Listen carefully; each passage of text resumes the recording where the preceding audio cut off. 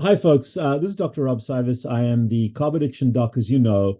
And as you guys know, no day is complete, no day starts, no day ends without a cup of coffee. I've got my own sexy mugs over here, and I live on this stuff. This coffee, it's now 6:15 in the evening, and this coffee was brewed at 5:30, and I'm still going on it. It's my third mug.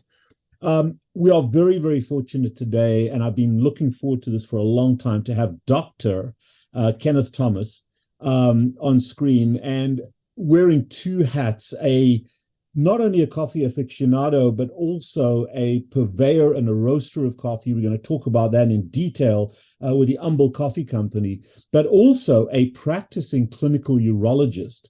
And that it just allows us to do a deep dive into some of the concerns, real or imagined, out there about how coffee affects the urinary tract in males and females. We're going to do a deep dive into that, and then also get a little evangelical about our love of coffee. And well, let me start you with this question, Kenneth. It's great to have you on here. And glad to be here. Just first question off the top of my head: who, in your opinion, should not drink coffee?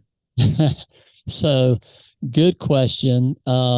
So anybody who is not breathing, otherwise, yes.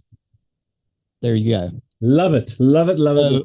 So to elaborate just a little bit, coffee is extremely healthy for you. And when I'm talking about coffee, we're talking about a cup of black coffee. And kind of a medium answer to your question is most people can tolerate up to, and it would be neutral or a health benefit, to get up to 400 milligrams of caffeine a day. So how many cups is that? That's everybody's next question. So the answer to that is about 4 cups. And so you're probably drinking more than 4 cups a day. But listen, what I'm talking about is to the point of safely, absolutely healthy as far as a benefit, not neutral. And we would even say for pregnancy up to 200 to 300 milligrams, which would be 2 to 3 cups. Wait. Time out. Yep. Pregnant women are not supposed to drink coffee. They can drink it. No, I mean, that's what the folklore. I tell people, no, pregnancy, go to it. So you just said something that is blasphemous in the world out there, and I love it. I absolutely love that statement. And so here's the thing. Yeah, so here's the thing is, well, to say it again, pregnant women can drink up to 2 to 3 cups of black coffee a day. And now what we define caffeinated coffee. Caffeinated coffee. I love it. I love it. Beautiful. What we define as a cup is about 6 to 8 ounces. So that's not completely filling up your traditional mug, but decently filling it up. And just let me just go a little bit medical on you there. Sure. That pregnancy quote is a big deal, and it's so important to hear you say that. I've been promulgating it for a long time. I'm actually a board-certified pediatric surgeon, and we cross over into fetal medicine. And very commonly for premature infants who have breathing issues, we actually give them caffeine intravenously. So in the uterus, I've never been able to find a reason not to, except perhaps if there were any toxins in the coffee. And I want to ask that in a little bit. But as you saw, I just got way ahead of myself there. And in fact, because we love coffee and we're excited. Right. I'm going to disagree with you a little bit, because in my opinion, the only person that shouldn't have a cup of coffee is a dead person. If you're not breathing, you can get a nasogastric tube when you're intubating ICU and get coffee. And maybe they will start breathing then. And especially if it's got the benefits that we're going to talk about now from a health perspective. So let's start at the beginning. You mentioned Humble Coffee. Tell me a little bit about your history. How did you get into this? How does a urologist start getting into the coffee side? Share your story if you don't mind. Sure. So honestly, and this could go on a rabbit trail, and we're just not going to go there. I did honeybees as my side hustle, as I call it. Some people do cows. Some people are like, whiskey connoisseurs. So for me, it was honeybees, but I got too allergic to the sting. And at the same time, so I had to give them up. At the same time, and I'm in Mississippi, Mississippi was relaxing its microbrewery laws. And you may not Your be beer microbrewery you're talking about. correct. Yeah. Yeah. Yeah. And you may not be big on, beer. I don't know, but I like beer and I like coffee, and everybody and their mama was getting into microbreweries. And so I said, I'm going to see if I can figure out the morning drink. Now, at the same time, my mother, who was fairly healthy, well, actually, she was really healthy. And she genetically, like on her side of the family, they lived long as far as age goes. She just randomly got pancreatic cancer. Wow. Which, is kind of, you and I know immediately, what that means. It's devastating. So the oncologist gave her 6 months, even with treatment, probably to live. And she lived to the day, literally, 6 months. And so then I got to thinking when I was getting into coffee and kind of researching it, where could I marry this love of health and this love of coffee? And the more I dove in, the more I realized that coffee can be a really, really healthy drink. And now it may not have helped or prevented my mom from getting pancreatic cancer, but coffee is one of the most significant things you can take in on a day as far as antioxidants, anti-inflammatories. So it's more than... Let me stop you for a second. Yeah. Say that one more time, because I like to highlight statements that fly in the face of convention. Yeah, so coffee is one of the best, if not the best thing that you can take in on the day. And I'm not kidding when I say that. So it has more antioxidants, anti-inflammatories. Anti-inflammatory and antioxidant. That's the space we work in. Yeah. Kind of the carb addiction side is to reduce inflammation and improve the all disease. Yeah, all disease is just inflammation. And if we can prevent inflammation, then it's a game changer. So so to finish that thought, more effective than green tea, red wine, blueberries. So it has a lot more effective than most antioxidant medications that we absolutely give to patients. And the thing with that is, this is something that is for people who prefer this kind of thing. And this is natural, as far as this is, what I would say, God put on the earth, as opposed to what we have manufactured. And I'm not necessarily knocking what we manufacture, but I'm saying this is very simple. It's 2 ingredients, coffee and water. Just quickly there, how hybridized are the coffee plants? So there are many varieties, and we can get into this, further into the talk, because we do a podcast, and we did a couple of episodes on coffee varieties. And so the way I think about it is, you have, like, let's say you have like with oak trees, you have a white oak, a red oak, a swamp oak, all these other, same thing with coffee. And so they all have, we'll say, the equivalent of different acorns or different nuts. And that's another thing, is people don't realize coffee beans are the seeds of a coffee cherry. So it is the cherry off of a coffee tree, which blows a lot of people's minds, but that's what it is. There's 2 seeds in 1 cherry, and that's where you get your coffee from. And yes, there are several varieties out there in the world. Are there a lot of people that breed them, that hybridize them? Is that a common characteristic into breeding, or not so much?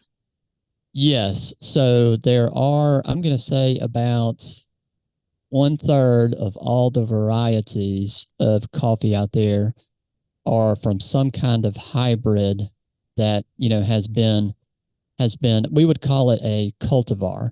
Mm-hmm. So we have varieties, varietals, and cultivars. So cultivars would be, what would be engineered. Very similar to wine, but that's 1/3. You said 2/3 are still kind of the way God or nature made them. Correct. Yeah. Wow. And they're still, and this is a fascinating thing. So a lot of coffee trees originated in Ethiopia or around that area, and there are still several varieties that are not named, that are just still out there. And also, if that's the cradle of evolution, in terms of where humans if that's your line of thinking, and I would just be cautious about that. But that means we've been exposed to this for an extremely long period of time. Yeah, and we're still alive. Exactly right. And this is not a new world thing that, like potatoes came to Europe in 1500 with Christopher Right. Columbus. This is stuff that's been around since we lived in Olduvai and the Rift Valley Gorge. So, wow, interesting. You see, those are things that we just don't understand. One fascinating thing to me is what they used to do even before we think they used it as a drink from a roasted coffee bean is we think that they would take that cherry with the seeds, grind it up, also use a little bit of animal fat, make it into balls, and they would take that on their hunting journeys. And that would sustain them, because it had the caffeine, it had the fats, it had a little bit of the sugars from the mucilage, from the cherry. So pretty cool. Interesting stuff. I mean, that just because so many of the plants that people eat have been so hybridized, they didn't exist 100 years ago. But you're talking about probably hundreds of thousands of years of existence of the majority of these breeds. So I'm a little ADHD, so we digress there. But I love talking about things that come into my head. Exactly right. But so now take me back to Humble. Okay. So Humble. So I said, okay, I'm going to figure out how to do coffee. And I'm kind of like you. If I'm going to do something, I'm going to do it 110%. And so I said, all right, if I want to learn how to roast, which is what I wanted to do, then I'm going to go and train with the best people in the world as far as roasting. So I went out to Portland, Oregon, which I think is kind of the leading area, definitely in the U.S., if not the world, as far as like roast theory. Trained with some folks out there for about a week or two, came back, and Mississippi. Now, Florida is not as much like this, but Mississippi is what I'd call a specialty coffee desert. People just don't know. Let me just come back to, I was just thinking about Portland. So you're saying it's not a little green mermaid in Seattle that's the best roaster of coffee. Is that right? Well, they do roast coffee. That's correct. We'll say that. I just want to throw them under the bus. Yes. Yeah. So here's the thing is one thing that you can say that's good about Starbucks when it originated is people at the time when Starbucks came around, you had the workplace and you had the home. And it was hard to truly find that what we call third space. And what Starbucks brought, I think, as a culture that I think is probably one of the biggest impacts it's had that's positive is that third space where people can meet. Yeah, I think my take on Starbucks, at least in the modern era, is that Starbucks really doesn't sell coffee. Starbucks sells sugar occasionally flavored with coffee. So Starbucks, absolutely. in my mind, is the biggest crack house in America. Listen, it fascinates me at like let's say you or I are going to the hospital cafeteria, and worst case scenario, we binge and we grab some canned, Starbucks coffee drink. If you look at the actual ingredients or even on the title, like the front of it, at the bottom, it'll say coffee flavored drink. Interesting. It doesn't necessarily even have coffee in it. Yeah. Anyway, you're right. You're 100%. That's interesting. You're 100% right in that it is they are selling sugar basically. Yeah. So back to Humble. So we thought, okay, can we make coffee that's really, really healthy and that tastes good? And so what we found with research, and then with the roasting, long story short is, and there's a lot more factors that go into this and we can talk about it, but suffice it to say that the better it tastes black, the higher the level of antioxidants, anti-inflammatories. There is a direct correlation between the taste quality and the health benefits, if that makes sense. Let me stop you for a second there, because I drink, I mean, if I don't feel hair growing on my chest when I'm drinking my coffee, it's not good enough, okay? So I like my coffee strong and dark, but I've also heard that the dark coffee is over roasted. So there's some myths there. When you say what it tastes like, that's first of all My wife likes dilute coffee. I like it really dark and strong. Yeah. How do you reconcile a statement like that with the antioxidants? And what is for a coffee somnolurier, or Oh whatever yeah. it is, Yeah. that one? Yeah. How describe the taste of coffee in terms of what the best flavors Sure. are you're looking for? So ultimately, two things. One, the name humble came from the Southern colloquialism humble. So when you drop that H, like when your grandma dropped that H and says that he's so humble. So what we wanted in specialty coffee, because we saw specialty coffee as being kind of standoffish, snooty, we wanted it to be approachable. So that leads to the second point, which is the best cup of coffee is the cup of coffee that tastes good to you. Now, what I mean and what would be true in your cup and your wife's cup is they could be two different coffees, but if you were to compare, say, well, so let's say she drinks a light roast that's of a higher quality and of a lesser quality, you're going to be able to tell the difference. And there's going to be some like in a lighter roast, you're going to have some kind of grassy or acidic notes that are really kind of off-putting. And in your cup, a darker cup that puts hair on your chest, same thing. When you look at a higher quality bean or a lesser quality bean, that lesser quality is going to, on the back end, it's going to kind of punch you in the face. You know, it's going to have this aftertaste that's a little like, eh. To me, it kind of tastes like if you were to those little rubber chips that they put on playgrounds. Mm-hmm. Like if you were to have that like wet, you know, Yeah. that's that rubbery taste is kind of, not that I've tried it, but in my head, theoretically, that's what it tastes Right. like. I mean, it really is.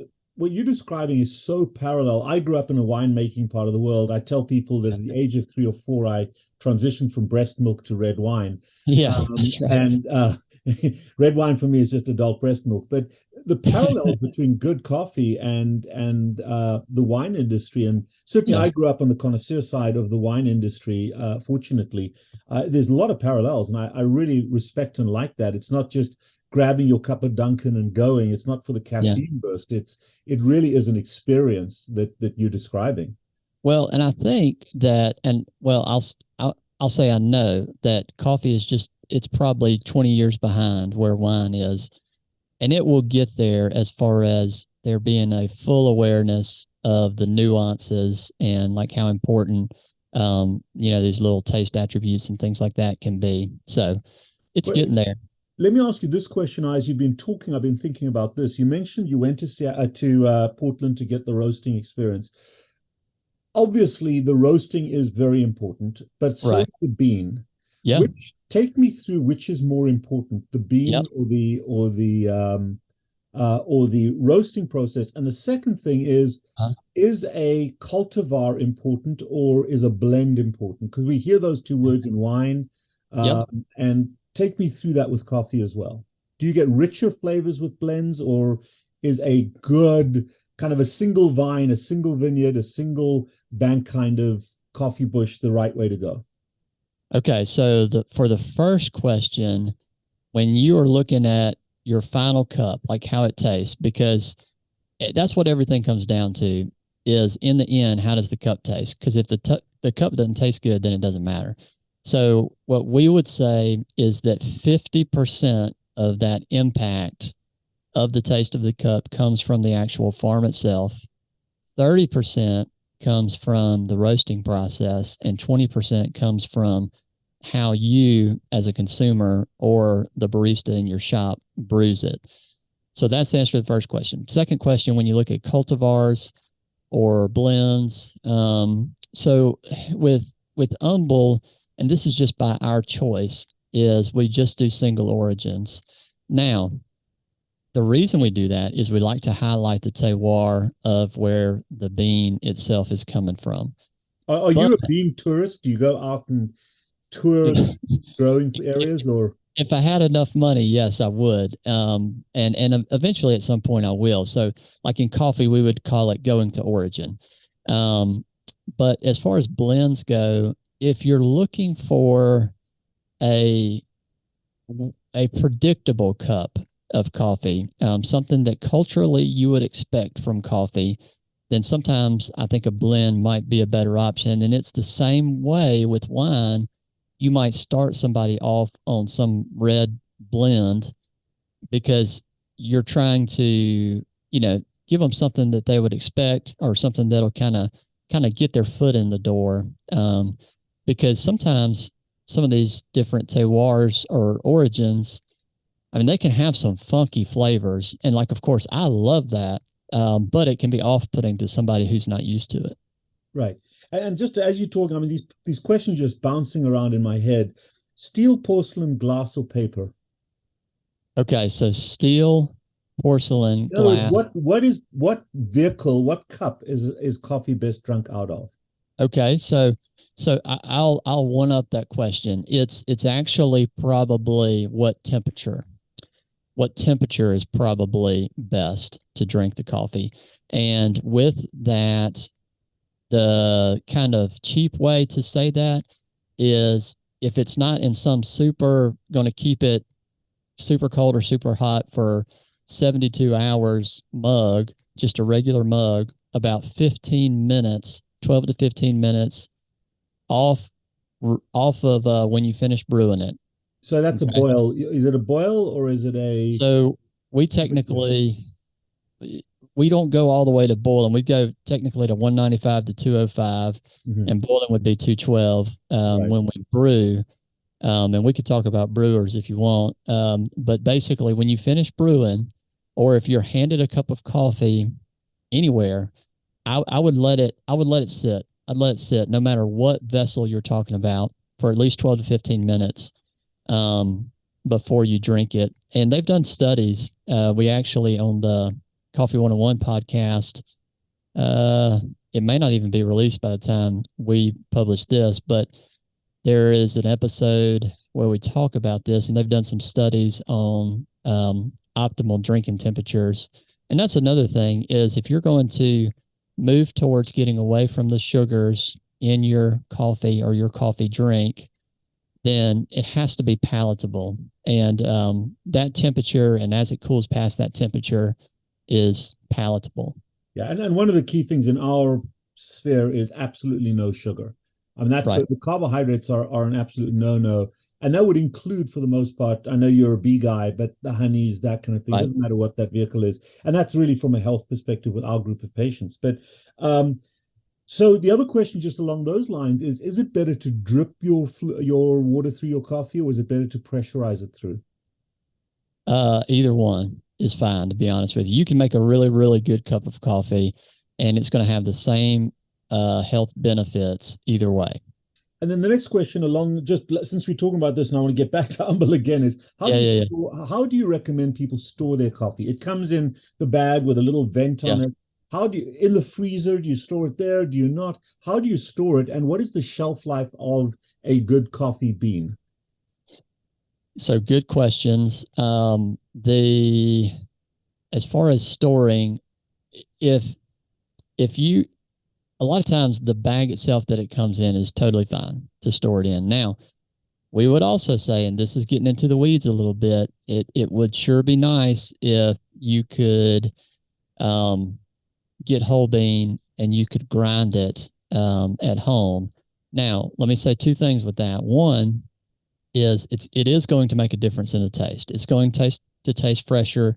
It's going to stay fresh, or what we would consider fresh, a lot longer on the shelf. But two, the antioxidants, anti-inflammatories do not change. So whether it's whole bean or ground, and it's 3 months out from when it was roasted, or 6 months, that antioxidant, anti-inflammatory level stays stable over that time. So that's kind of an interesting little caveat. As far as what to, yeah, you see, that also is so misunderstood, because I've been told, no, you got to grind right away, and don't use ground, store ground, all of that storage stuff. So that's interesting. So you are less concerned about that than a lot of people, I'm told, that has given me coffee advice over the years. That's interesting. That's very interesting. Yep. And the vessel that you store it in You can store it in the bag. You can store it in something, there, by your coffee maker. If you do that, I would recommend probably not glass or anything where light can come through, because light is one of those things that degrades. Light and oxygen are two of the bigger, They like, oxidize, yeah. yeah, we call boogeymen as far Okay. as like staleness. And I live here in Florida. It's very humid. You're in Yeah, Mississippi, it's humid. which is Is humid. it Yeah. still okay to store it in the bags, or should you rather put it in the freezer? Are you not afraid of fungal growth or uh, No, moldiness or any contamination of the beans at all? no. And so here's the beauty is that when we as roasters get our coffee, green coffee that is unroasted, before it leaves that farm and is exported, they have gotten the moisture content and what we call the water activity down to a level that prevents mold and like fungal growth. And that continues through the roasting and storing and shipping out process. So it doesn't matter if you're in a super humid environment, and you can definitely just put it there, by the coffee maker or whatever you want to do. Right. So that was another question then, is from picking the coffee off the bush to when it gets shipped to you for roasting, what other things happens to the bean? So when it comes off of the tree as a cherry, then it goes through a processing to ultimately get the seeds, or the coffee beans. And there are different processing methods, which again we could get into the weeds on that, but ultimately can produce some different flavors in in coffee. um and then they go to what we call drying beds.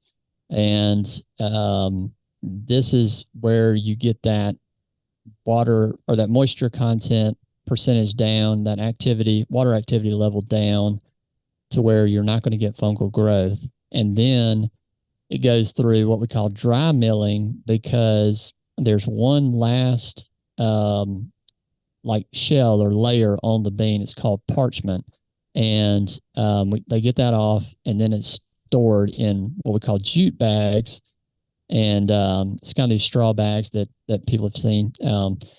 That's about 150 pounds, 155 pounds bags. And then it goes into a warehouse to be exported. Then it's exported in a warehouse somewhere with an importer, then goes from there to the roaster, and then the roaster either directly to the consumer or to the business.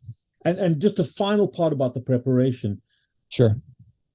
What unique things happen in the roasting experience? Is it just heating it up, and or what other aspects go into it that Yeah. may alter it or keep it pure? Yeah. So roasting is kind of my wheelhouse. So we have so with Humble Coffee, I have the last, I think, 3 years been a U.S. specialty coffee roasting finalist. So that means that, within say top 15 specialty coffee roasters in the U.S. And there's a lot of science that goes into it, and there's a little bit of art that goes into it. And there aren't many roasters out there who really, really know what they're doing. But the ones on the level, where I roast, we know, okay, if like when we taste coffee, we call it cupping. So if I roast the coffee, cup it, and I'm like, it's a little, the body's a little much, or it's a little too fruity or something like that. We know what to change in that roast process, because there's different phases in the roast process, to be able to draw out different flavor attributes and aroma and stuff like that. And is it heat based, or is it length of time, or what are the important aspects there? So you have a couple of things. One is the heat source, which is usually gas, and then you have the airflow, and then you have the actual. It's called a drum roaster. So it's like if you have a side loading washing machine, let's say it's kind of like that with coffee beans. Okay. So it keeps tossing them up in the air and up in the air so that they evenly roast. And so you can change that drum speed. But most of the time, for simplicity, we will, within reason, we'll keep the drum speed and the airflow constant and change the gas so that we know we only have one variable. So we know that if we change something and this is the outcome, like we have feedback, if that makes sense. Right. And so personally, you mentioned your taste. Are you like a wine connoisseur or wine taster Yeah. that tastes and spits, or do you No, swallow? we swallow. How much? Yeah. I might And have to we put that enjoy as a that banner. caffeine. Yeah. How much coffee do you personally drink on average in a day? The funny thing is I don't drink that much, and people are born either caffeine sensitive or they're not. And I'm caffeine sensitive, but I'll get the equivalent of about 4 cups in during the day. I So you usually get will your drink. 400 grams in a day. Yeah. Yeah. So I'll drink 2 or 3 in the morning just to get my morning rolling. And then I'll drink one almost directly after lunch to get through the afternoon. So I'm a coffee and water guy. I don't drink much else besides that. Just black coffee and water for the most part. Okay. And when it comes to caffeine in the coffee, Yeah. the I've heard that the darker the roast, the less caffeine there is. Tell me about where the caffeine lives, how the caffeine is removed or expressed in decaf. There's a lot of myths about decaf coffee. Can you Yeah. clarify some of that Yeah. specifically with caffeine as the topic? Yeah. So with caffeine, the short answer and probably the easiest answer, and I'll give you the medium answer as well, but is that it doesn't matter if it's a light, medium, or a dark roast. The caffeine content in the bean stays the same across the roast levels. And this is another thing that blows people's mind is a coffee bean can taste different if the same coffee bean, if we roast it light, medium, or dark. Like it doesn't have to be this bean from this farm always has to be roasted to this level and it's always going to taste like this. They can taste amazingly different on different roast levels, but the caffeine content stays about the same across there. Now, here's the twist is let's say instead of measuring your coffee for your morning brew by weight, like say grams, let's say you're using a scoop. If you think about it, when we're roasting, the further we roast or the darker we roast, the more water is going to be removed from the bean, which means the bean is going to be lighter. Okay. So if you are using a scoop, then, let's say you're going to get about the same amount. It's all right. Let me think about it. There's one, if you're using, hold on, let me think about this. If you're using a scoop, then you're going to get the same amount of caffeine. If you're using by weight, then you're going to get more caffeine because on a darker coffee, lighter, because you have more beans. Does that make sense? Yes, absolutely. The darker, if it's drier, it's going to be lighter, and you're going to be more concentrated. Yeah. So if you're using weights and you're going towards a darker bean, you're going to get more caffeine because you're using overall more beans, but the caffeine content per bean stays the same. Does that make sense? It does, absolutely. So let's talk health a little bit. I just want to cover caffeine since we're there. Where does caffeine get absorbed? I don't know where it gets absorbed, to be honest with you. Do you know where it gets absorbed? I don't. I would think more proximally, but I'm not. Well, I can tell you this. So here's the cool thing. So adenosine is, the thing that I always think about in your body that wants to tell you, let's go to sleep. Like, let's get tired and let's go to sleep. So what caffeine does is it blocks the adenosine receptor. so that adenosine can't tell you to go to sleep. And so your body says, we're good, buddy. We're good. And so that's what caffeine does in the body. So when do you recommend people? I know there's different sensitivities, as you mentioned. When should someone stop drinking caffeinated coffee prior to going to sleep? So if they're caffeine sensitive, then I would say early to mid afternoon, because the most significant amount of that caffeine is going to be out of your body by the time you hit 8:30, 9:30, 10:30 at night. The other thing that I would challenge people, your listeners and watchers, to think about is, if you say, "Oh, I'm not caffeine sensitive," I would say, "How much sleep are you getting?" Because if you're not getting enough sleep, then you are caffeine sensitive, but you're sleep deprived. Mm-hmm.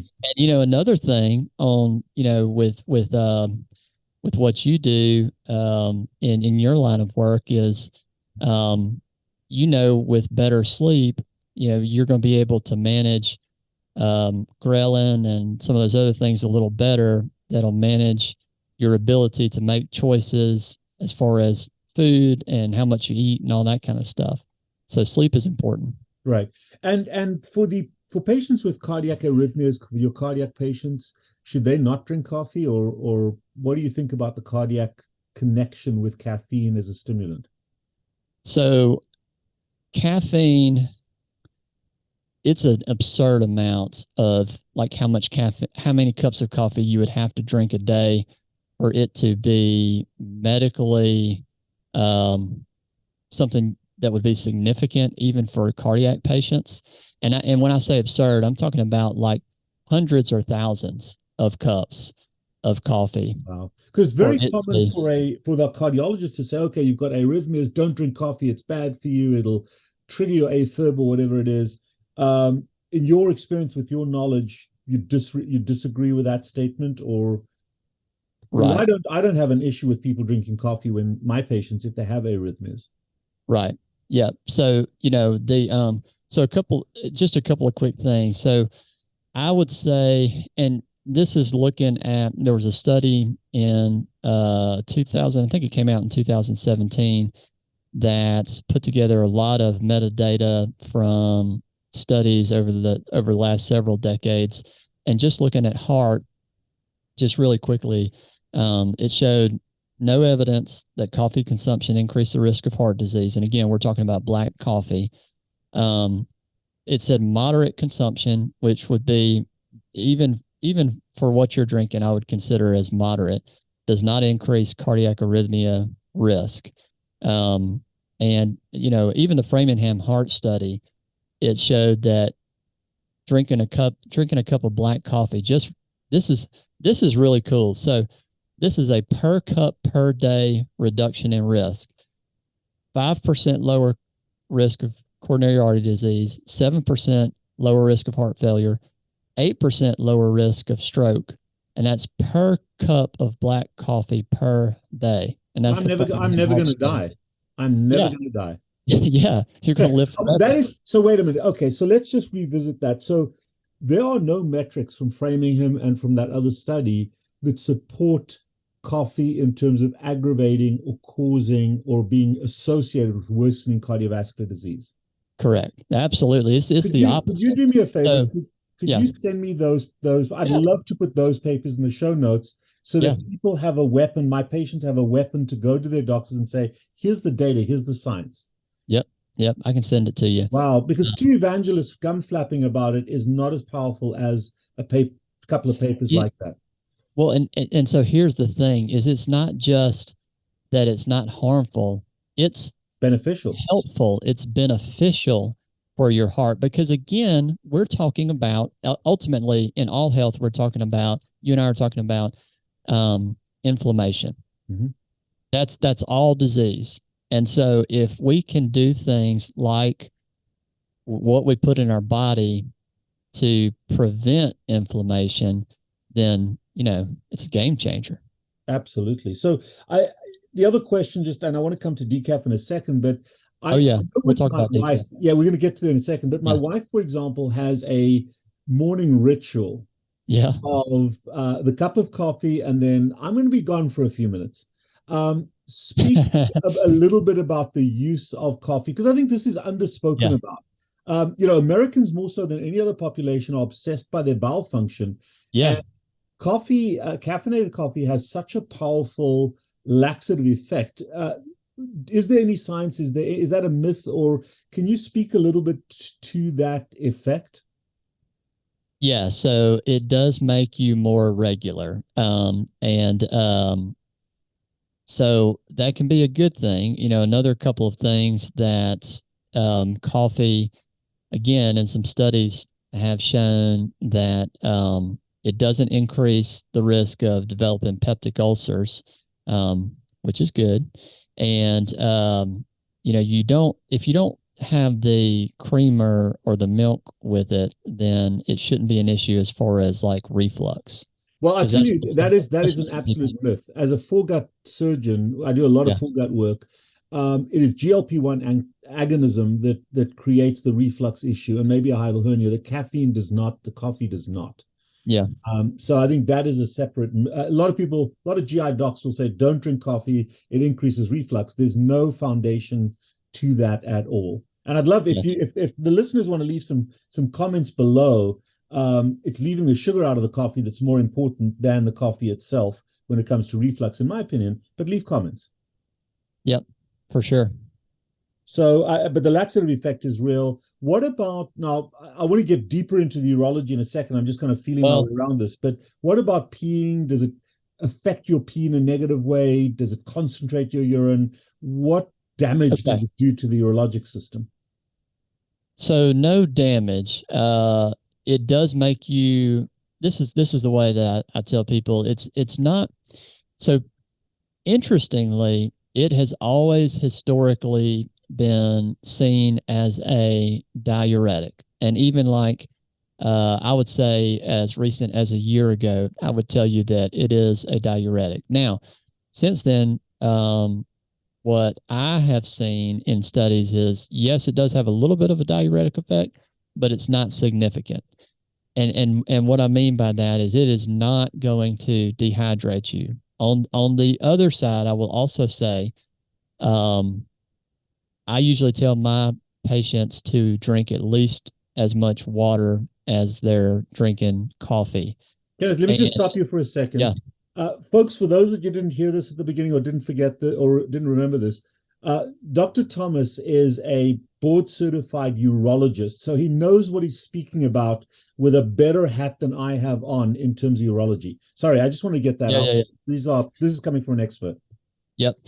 And you are going to have, with that cup of coffee, while it's active in your body, you are going to have a little more urgency and frequency.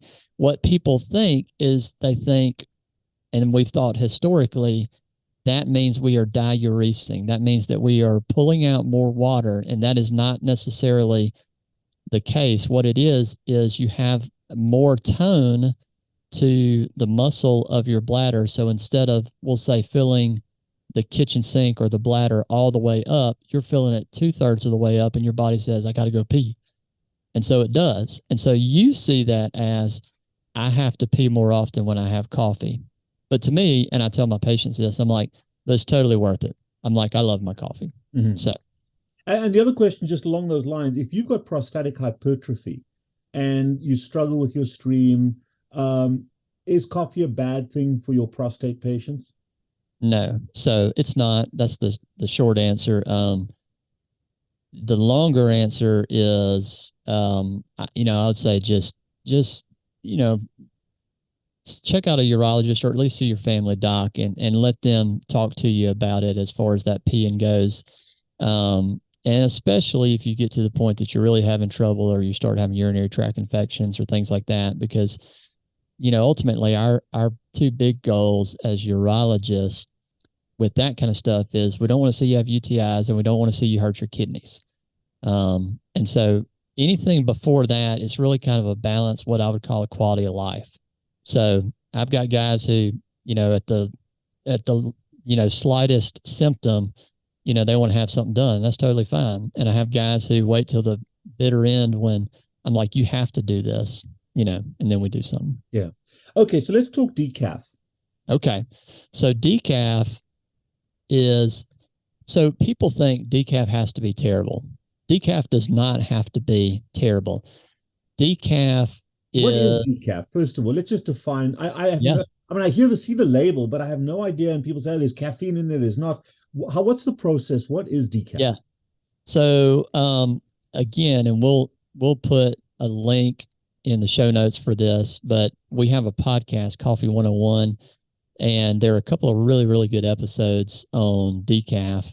But basically, and this is an interesting thing too, is a lot of the caffeine that you see in these energy drinks and things like that, and drinks that have been around for a while that are, sodas that, we're familiar with, that caffeine actually comes from what's extracted from decaf, or when they're doing the decaffeination process. Okay. So this is getting a little kind of geeky, but one of the ways, there's actually 4 ways, but the main way and the safest way from a chemical standpoint to do decaffeination is what's called the Swiss water process. There's another, that name is trademarked, and so there's another process. It's almost the exact same, that is called mountain water process.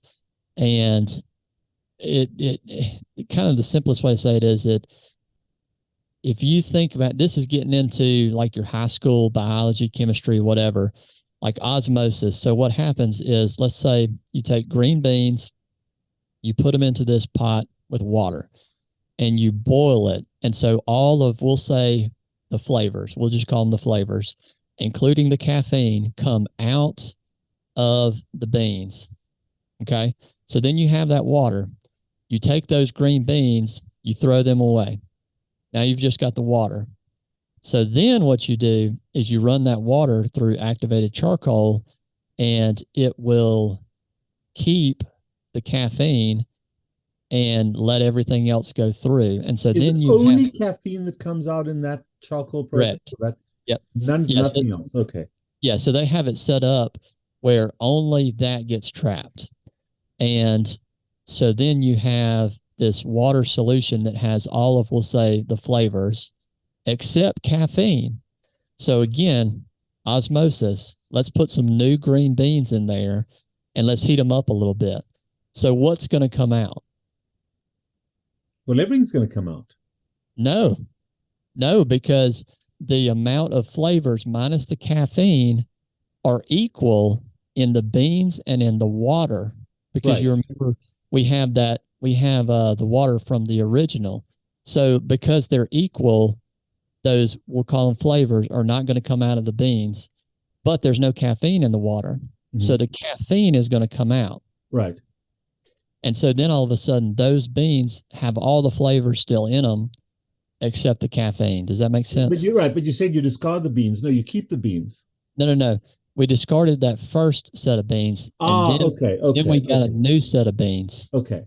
We got a second set of beans. But the second set is caffeine free or has caffeine in it?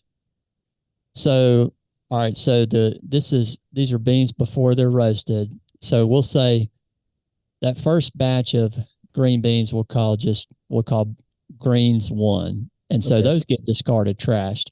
Greens 2 are fresh. They have everything in them, including caffeine. They haven't touched anything. They've just come from the farm. You put them in that water that has all of the bean stuff in it except the caffeine. Right. But the beans have caffeine. So when you heat them and all of a sudden the caffeine is going to come out of the bean into the water to be in equilibrium, if that makes sense. Yes. And so what happens is ultimately with that, you then have a bean that has less than 10% caffeine in it. Like if you were to get... Okay, I understand. Yeah. If you were to get all the caffeine out, you basically would also get all the taste out. But a lot of these companies, especially Swiss Water is an actual company. So the Swiss Water process, they'll get it to where there's like usually less than 1% caffeine left in a decaf bean. Okay. So okay, so it is decaf is decaffeinated. That's correct. Okay, because that was always part of the myth, and the flavor should be the same then as, and also the health benefits, the Yeah, yeah, antioxidants, yeah. the Yeah, so they'll be totally the same. And so the other thing I was going to say with decaf is it's kind of like the redheaded stepchild because, you know, people, because it's not people don't drink it as much as they do caffeinated, right, sits on the shelf more. And so if it's in your coffee shop or if it's in the grocery store, um, you know, the person who's trying to make money off of it is going to see that it's not making money. So they don't invest a lot of money and time into it. But you can get really good beans that are decaffeinated. We have one that, I mean, I personally like. I'll drink it sometimes in the afternoon.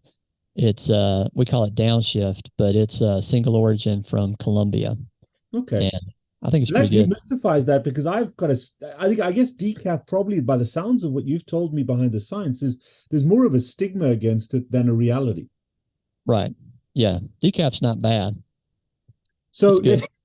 let's Well, keep. so here's the other thing with decaf, and then we'll jump on to Yeah, something yeah, else. Is there are three other different, and we won't get into them, but there are three other different ways that you can decaffeinate a bean that are chemical process driven. And so we personally, Humble Coffee, we don't tend to use those because we're looking across the board at health as one of kind of our niche markets, right. that we like. What about just while we're there with the coffee as it is? What about pesticides and other things that fertilizers that come into coffee? Is that in common use in these beans? Is it excluded from the growing process in the reputable beans? Or Yeah. what organic non-coffee type material, organic or inorganic, is mixed in with the beans? What else am I getting with my cup of joe? Well, so the beauty is that when we roast, now I'll be honest, most farms, whether they say it or not, are probably using some kind of herbicide, pesticide, stuff like that. Except, there are a lot of farms in some of these developing countries, especially some of the African countries, where they aren't using anything because they can't afford anything. Mhm. Um, and so you don't really know, honestly, but I will say that the roasting process, even for a light roast, goes up to, we'll say ballpark about 400 degrees Fahrenheit when we're roasting. And so pretty much all of that stuff, well, think about it two ways. One is it roasts off if it's there, period. But the other thing is any of those herbicides or pesticides were on the coffee cherry. They were not on the The seed on bean, the yeah. inside of the bean. Mhm. Okay. So I tend to not worry about it as much, but also there are farms that out there in the world that are trying to move towards doing it right. Mhm. And I think they're doing a good job. Good, good, good. No, that's also good to clarify because that's always a concern for me.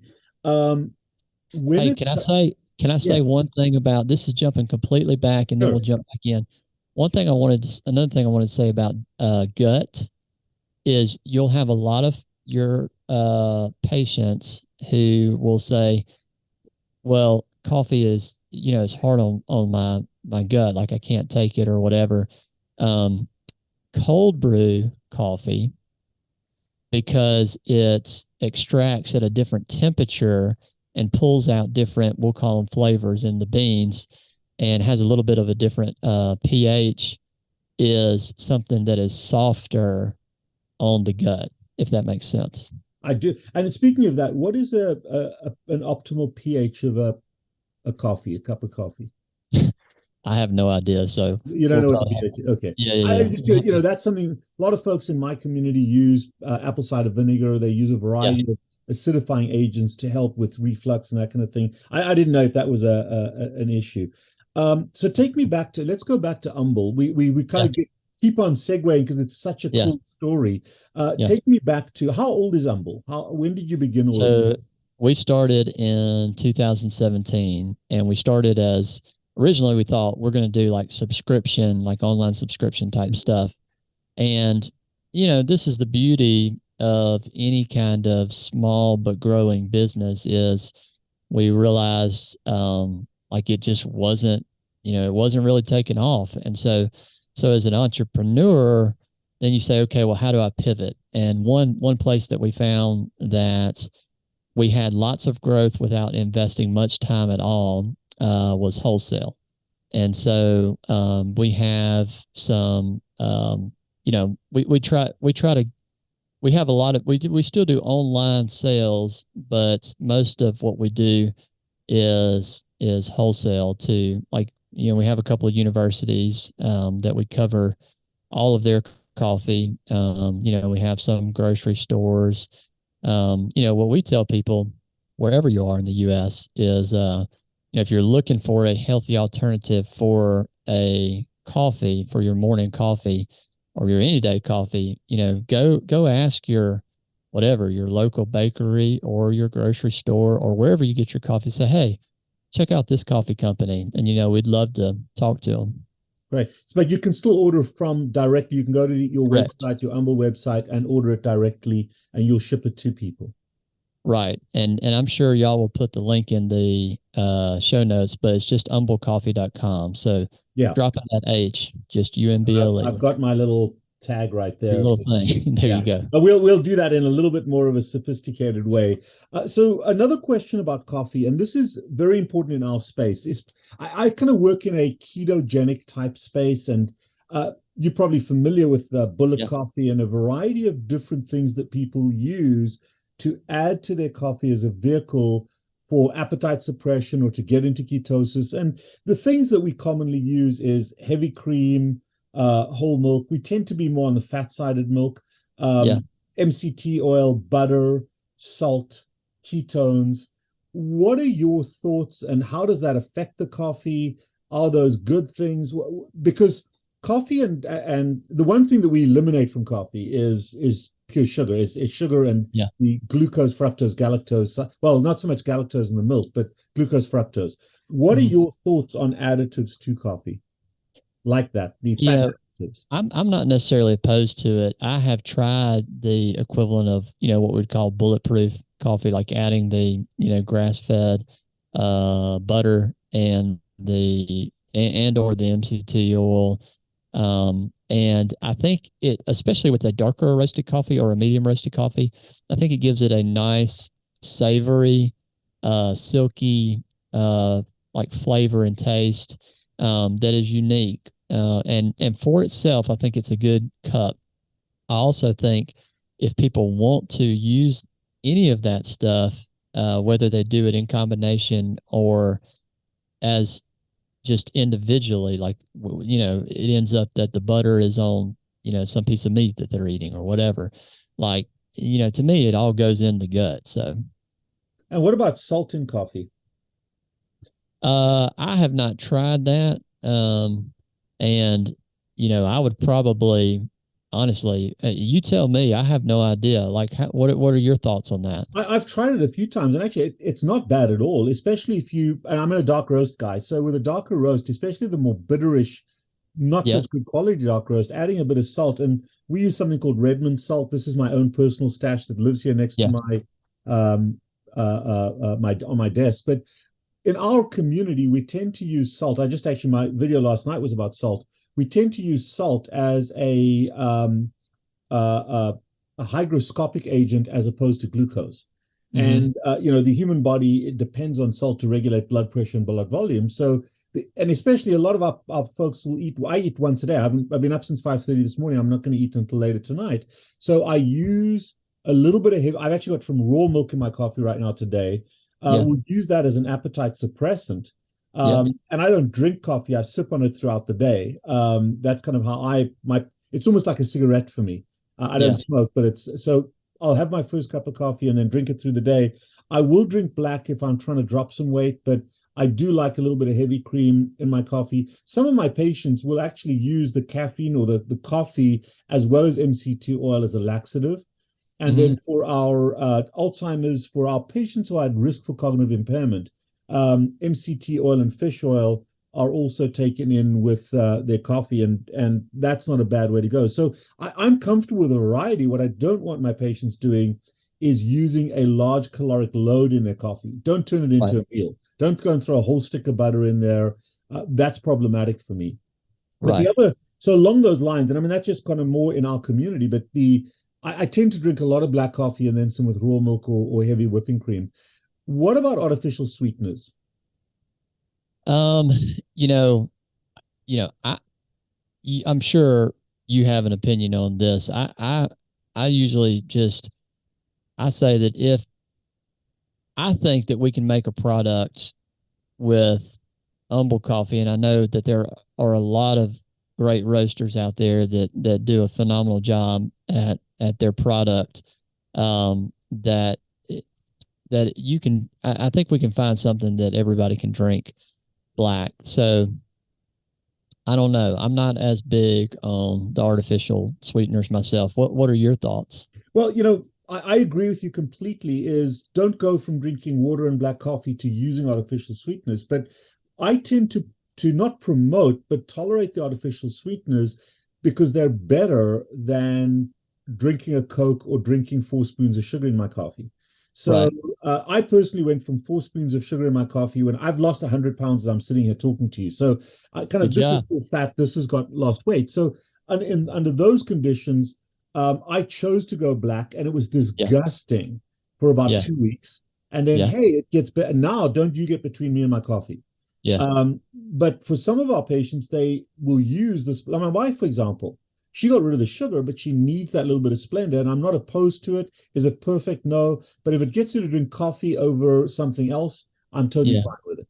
Well, so, all right. So a couple of things with that. One, I will say that if I have the choice myself personally between an artificial sweetener and sugar or honey, I usually choose an artificial sweetener. Even though you're a bean guy. Yeah, I do. Now, my wife, she will choose honey, but I have a question for you. Like with artificial sweeteners, I mean, what do you recommend? Or do you have a preference? I don't. If you can get pure monk fruit, that's ideal. The stevias are actually sugar extracts. They, especially for my diabetics, they'll bump their blood sugar a little bit. The amount that you consume in coffee is so trivial that I'm not worried about the renal effects of phenylalanine or any of those. So whatever floats your boat, I'm okay with, and whatever you can get hold of is okay. We tend to use Splenda a little bit, but we don't have diabetes in the family. We don't have that as an issue. I don't use it at all. My wife tends to use that, so I can always tell which is her cup and my cup. If I kind of have to throw up, because I took a sip of it. I know it's hers, but I'm less opinionated than a lot of people on the internet. And again, people watching this, leave comments down below because there'll be much more opinionated comments from below. But I'm more comfortable with people using what they need to do to drink coffee as opposed to orange juice and Coke. And, that's kind of my transition point, because if you don't like the black coffee and you're going to drink 4 spoons of sugar in your coffee, or drink the Coke rather, that's not the best way to go. And what I tell people is my coffee may not be perfect, but it's perfect for me. And that for me is what matters. So let me ask you this: with Humble, you've said there's a variety of different choices and things. Let's take somebody who is basically drinking Coke all day long, but they want to get into coffee. What product of yours and what flavors would you start? Where would you start the average person that just came from Mars and has never, ever seen coffee before?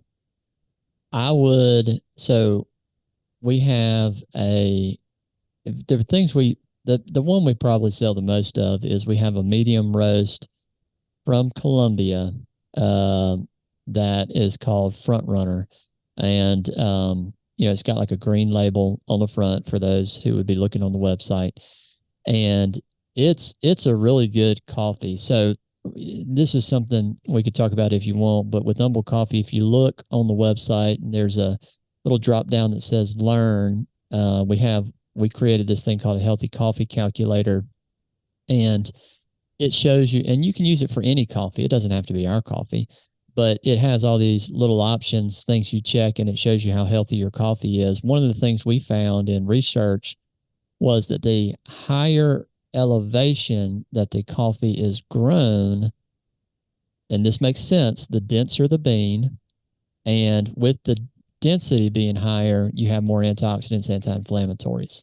And so we source that bean from the Nariños region of Colombia, which is a very, very high growing region. It's the highest in Colombia. And so that's probably what we sell the most of. And then we have a dark roast called Base Camp that's from Brazil. And those are probably the two I would say to start with. Well, good. That's good advice. Yeah, the equivalent in the wine industry is your big juicy grapes are for eating, but your tiny little berries that have very little fluid in them. And there, it's not an elevation thing. It's kind of a dry climate. When the berries are growing, you want them tiny and concentrated for the best flavors. So that equates. And also, again, in the grapes or in the coffee, the antioxidants, the health benefits are out there. And that's my camouflage for allowing me to drink wine. That's right. That's right.